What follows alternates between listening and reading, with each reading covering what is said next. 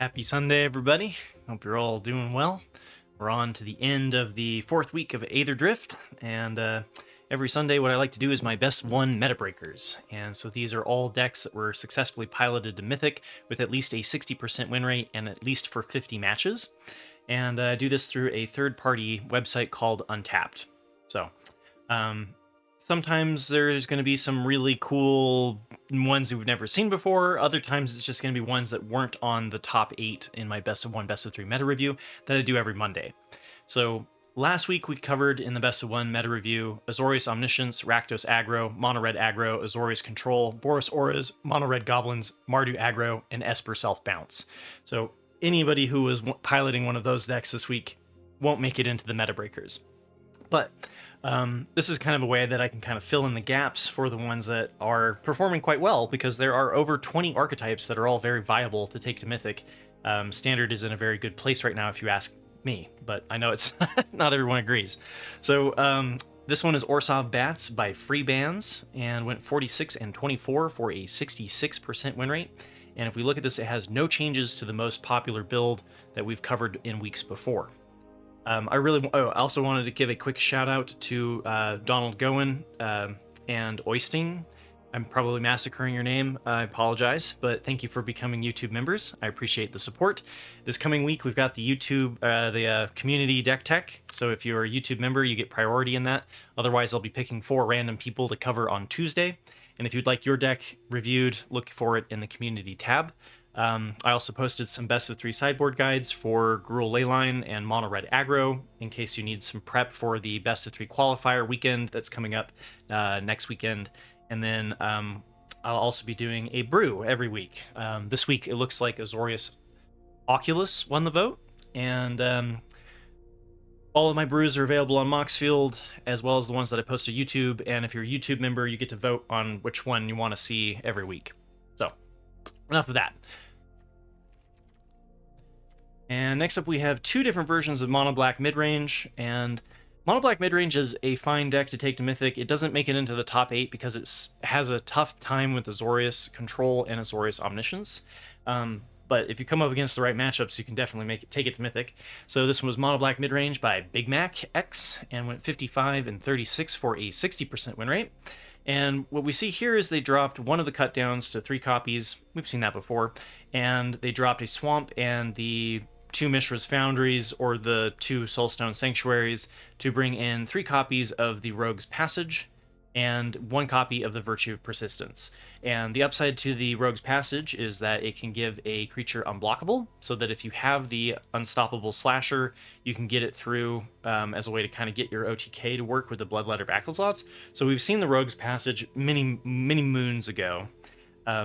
And 21 is about right if you're going to be playing some of the like the triple pip is particularly hard to cast. So I think they've got a good balance here. And then the Virtue Persistence over the cut down, really this just is better in the mid-range matchups a little bit, and still decent against aggro because you get the life gain.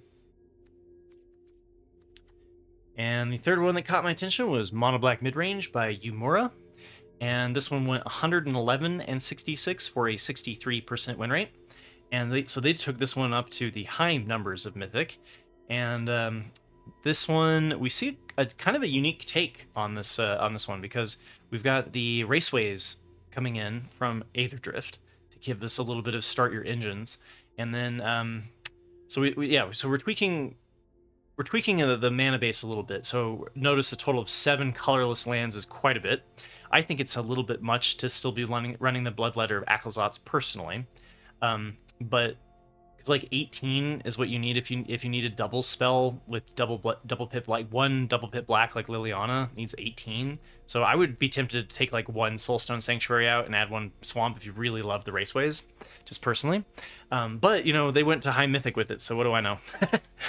They dropped 1 Liliana from the most popular build, as well as 1 cut down. They dropped 1 Deep Cavern Bat, and they brought down the 2 copies of the Bloodletter of Ackleslots, which I think makes sense because of how much more difficult that this card could be to cast. And then dropped the Mishra's Foundries in lieu of the Soulstone Sanctuaries, and dropped 2 Nowhere to Runs. So Bringing in the 4 copies of the Soulstone Sanctuary, we see this range from 2 to 4 copies. It pairs nicely with the Unholy Annex because it acts as a demon. We've got the Shoot the Sheriff, which is kind of like a go for the throat, but for non-outlaw creatures instead of non-artifact creatures. And we've also got the raceways that I mentioned. So we've got the Avishkar Raceway, which at max speed you can loot for 3 colorless, discard a card, draw a card, which has synergies with Shieldred. And then we have the Raceway that can tap at max speed to give a creature haste until end of turn, which I like. I like the idea of being able to give haste immediately to some of our big creatures, like Archfiend of the Dross, being able to speed that turn up one turn sooner, or even just like the 6/6 flyer off of the Ritual Chamber, right? I think there's some interesting targets to be able to just tap and give a creature haste in the mid game, right? So worth exploring. And then, so since we're bringing in the more of the card draw, we're bringing in the 3 copies of Shieldred the Apocalypse. Shieldred the Apocalypse also works well against the aggro matchups or any deck that's drawing a lot of cards. And then we've got 1 additional copy of Go for the Throat. A lot of times we see this at 2 copies. And like I mentioned, the Raceway, and then the Intimidation Tactics finally made it in. So we've got 2 copies of the Intimidation Tactics, which plays a lot like Duress, right? But instead of hitting non-creatures, it hits artifacts or creature cards. And so I thought we were going to see this. I thought we were going to see more of this, honestly, earlier on after the release of Aetherdrift. So very interesting deck by Yumura here, and hope you have fun checking it out. All right, the 4th one, and again, this is done in no particular order. This one was Gruul Delirium by KK Leaves and went 96 and 51 for a 65% win rate.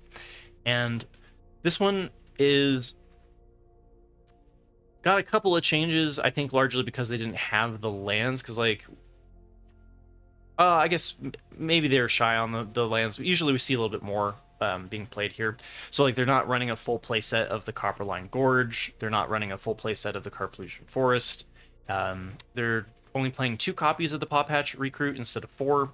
They're dropping 1 Keen-Eyed Curator and dropping a Restless Ridgeline. Sometimes we see this up as 2 copies. They're not playing the Omnivorous Flytrap, which we've seen explored in this archetype as well. And then they're dropping the Beastie Beat Down, which is the red-green sorcery, or it might be an instant. Anyway, that we see in this archetype as well. It's the bite spell, I think. And then we've got the 2. Instead, we're bringing in 2 forests and 2 mountains, so just more basics. We're bringing in 2 copies of the Obliterating Bolt, which we've seen in Best of 3 a little bit more commonly because of being able to hit like Enduring Curiosity. Bringing it in, it answers the 3/4 Vigilance guy that I'm blanking on the name of that we've seen brought in against Gruul aggro. So it's got some like we've seen it kind of trend in Best of 3 and then drop out. Haywire Might, I like the inclusion of Haywire Might in this one. The most popular build doesn't usually run them, but I've seen lots of people include them because of being able to give you that artifact or enchantment hate, and then the 2 life can come in handy as well, and gives you another type. The Gastral Thrill Rollers, rare that we got in Aetherdrift, and gives you a vehicle, which is another way to kind of increase the total count for Delirium. So this one's got planeswalkers and vehicles. I guess it's an artifact, so scratch that. It's not like a battle. But yeah, just diversity of stuff for Delirium. And then we've also got 1 copy of the Commercial District, which we don't usually see the Surveil land in here, but it can help you hit Delirium. And then we've got 1 copy of Screaming Nemesis, which helps out against the aggro matchups with damage-based removal in like mono red. Okay, and then last but not least is Dimir Control by Montes92, and went 97 and 64 for a 60% win rate. And this one is going old school, right? So we're not messing around with any River Churn monuments or anything from Aetherdrift. We are including the stock-ups, which are basically seeing play in every blue deck. This card has been very impressive, giving us almost a replacement for Memory Deluge, it feels like a lot of the time. This one is running the Mazemind Tome. A lot of people like to run Deduce or Think Twice. I personally like the Mazemind Tome, but if you don't want to craft it, there are other options out there as well. And then, yeah, we're just basically answering everything that our opponent could possibly do. So we've got Duress and 3 Steps Ahead for the non-creature threats. We've got the Cut Down, Anoint with Affliction, Go for the Throat, and Shieldred's Edict for the creature. And then we've also got the Wrath of Deadly Cover-Up, the removal of Virtue of Persistence, where we can then play their threats. And then the ultimate win condition is still Jace with the Perfected Mind for the mill win. And you do also have the Restless Reef, which can mill, as well as the Demolition Fields for hating on their manlands, so that you can answer those threats. And then the Fountain Port does give you additional value, like the Maze Mind Tome, for being able to answer your opponent's stuff 1 for 1. And don't forget that like Deadly Cover-Up can just win you the game. It just if you like remove your opponent's Omniscience, they don't have that combo anymore if they're up against that strategy. So thank you everybody for listening to my ramblings every week. Tomorrow I look forward to doing the best of 1 meta review for week 5. And again, community deck tech on this Tuesday. Always look forward to that. So good luck on your matches. If you're playing in the qualifier, good luck with that. Good luck with your RCQs, and I'll see you all tomorrow.